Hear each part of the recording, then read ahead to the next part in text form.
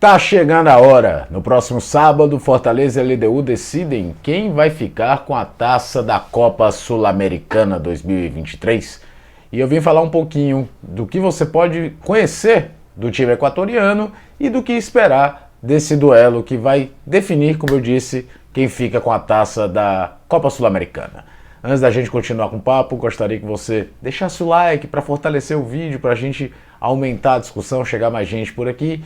E também gostaria de, se você não está inscrito, que você se inscreva. Estou falando sobre futebol o tempo todo por aqui. E dessa vez o assunto é a final da Copa Sul-Americana. A LDU chega à decisão baseado muito nos seus bons resultados dentro de casa, na altitude de Quito. E isso certamente pode condicionar o que a equipe do técnico Luiz Ubeldia poderá apresentar diante do Fortaleza, as suas principais armas contra o Tricolor de Aço. O fato é que a equipe, ao longo da competição, não teve muitas variações táticas. Costuma jogar com duas linhas de 4 e dois jogadores mais à frente, normalmente o Johan Júlio e o Paulo Guerreiro. Gosta de marcar pressão no adversário, repito, muito mais dentro de casa, na altitude, fora de casa, guarda um pouco mais essa posição.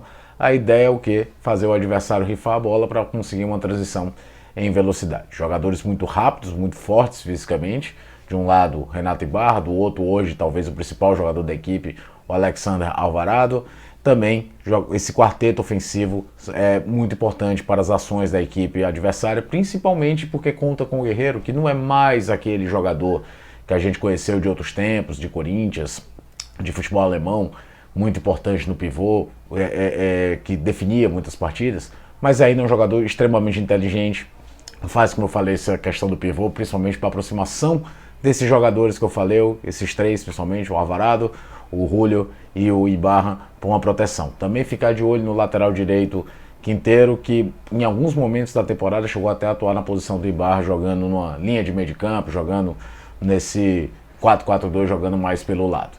É claro que, repito, o não jogar na altitude e também o fato de ser um jogo único pode condicionar muito a ideia de jogo do Luiz Ubeldia, que tem, para quem não lembra, um grande trabalho que já passou por brasileiros, né, vamos falar assim. O Lanús, vice-campeão dessa mesma Copa Sul-Americana, eliminando o São Paulo de Fernando Diniz em 2020.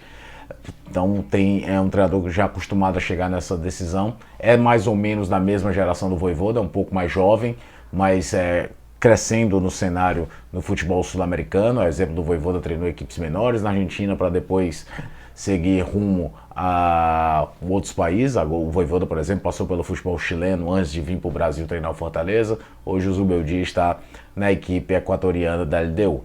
É bem verdade que, se a gente fosse analisar a tradição, a LDU teria um certo favoritismo. Afinal de contas, é uma equipe com 4 títulos continentais, uma Copa Sul-Americana, uma Copa Libertadores e 2 Recopas.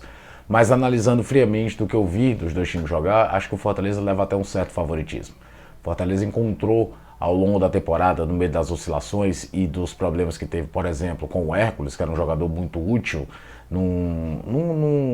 na ideia do que o Vojvoda tinha, até mesmo de revezamento. Hoje o Fortaleza encontrou um time que, acredito eu, seja a equipe que comece a partida no sábado, em que Caio Alexandre, Zé Wellison, Marinho, Pochettino, o Guilherme com o Lucero à frente, né? Abriu mão daquela coisa de ter duas linhas de 4 e o Galhardo junto ao Lucero. Hoje tem outras opções para esses jogadores de lado. O Machuca virou uma opção por posição do Guilherme em alguns momentos. Pikachu foi decisivo na semifinal, mas não creio que ganhe a posição do Marinho, até porque o Marinho veio para disputar esses tipos de partidas, embora tenha sido muito interessante notar como o Pikachu assumiu o protagonismo contra o Corinthians.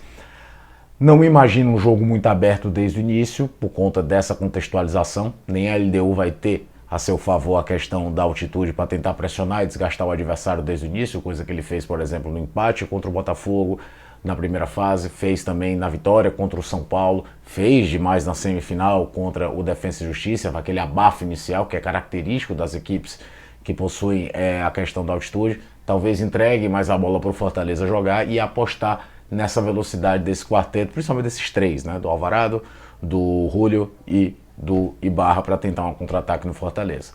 Então pode ser que a gente veja um Fortaleza necessitando ainda mais da construção.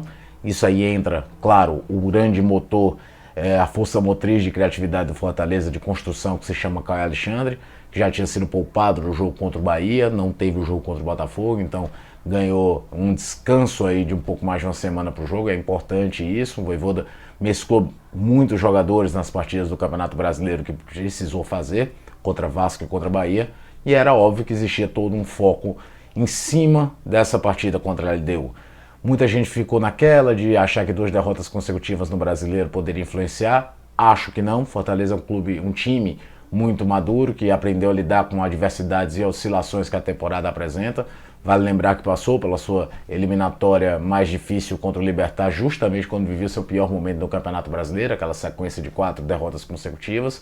Mas assim, vejo um leve favoritismo do Fortaleza, mas reconhecendo a experiência que a LDU tem nesse tipo de campeonato, desse tipo de decisão, e ressaltando o perigo desses 4 jogadores. Também falar um pouquinho do volante Piovi, argentino, jogador que bate bem de meia distância, também é interessante ficar de olho. Repito, contra o Fortaleza, a LDU possa mudar um pouco dessa sua estratégia que ele fazia. Acredito que não vai ser aquele time de tentar abafar na saída de bola que eu vi nos jogos em Quito. Fora de casa, o resultado já a favor, como era contra São Paulo e quando era contra a Defensa e Justiça, e isso condiciona um pouco o jogo, fica até um pouco mais difícil de conseguir uma grande avaliação. O fato é que teremos aquele jogo daqueles, de um lado, uma equipe tentando sua segunda Copa Sul-Americana, tentando igualar um rival doméstico, Independente Del Valle, que também tem 2 títulos de Copa Sul-Americana, e do outro, Fortaleza tentando ser mais um brasileiro na lista de campeões continentais. O último a entrar nessa lista foi justamente o Atlético Paranaense lá em 2018, ganhando essa mesma Copa Sul-Americana, que ele voltaria a ganhar anos depois diante do Bragantino. Deixo o espaço de comentário para vocês, se vocês conheciam algum jogador já da LDU, o que é que você espera do jogo. Eu sei que o torcedor tricolor está muito otimista, toda a mobilização que foi feita no dia do embarque, né? O Aero Online mostra como o torcedor do Fortaleza está muito envolvido, essa galera que está cruzando o continente, cruzou o continente para chegar no Uruguai, mas fica aí o espaço para você dizer o que é que você pensa do jogo e se você mudaria no time do Vojvoda. Eu não mexeria, eu iria com o que habituamos a ver como time titular, aquela formação com o time que virou marca, né? João Ricardo, Tite, Brits, Tite, João Ricardo, Tinga, Brits, Tite, Pacheco, Caio Alexandre, Zé Wellison, Marinho, Guilherme, Pochettino, Lucero à frente. Agradecer a todo mundo que está inscrito no canal. Se você não está inscrito, que você se inscreva e dê sua ideia. O que é que vai acontecer no próximo sábado.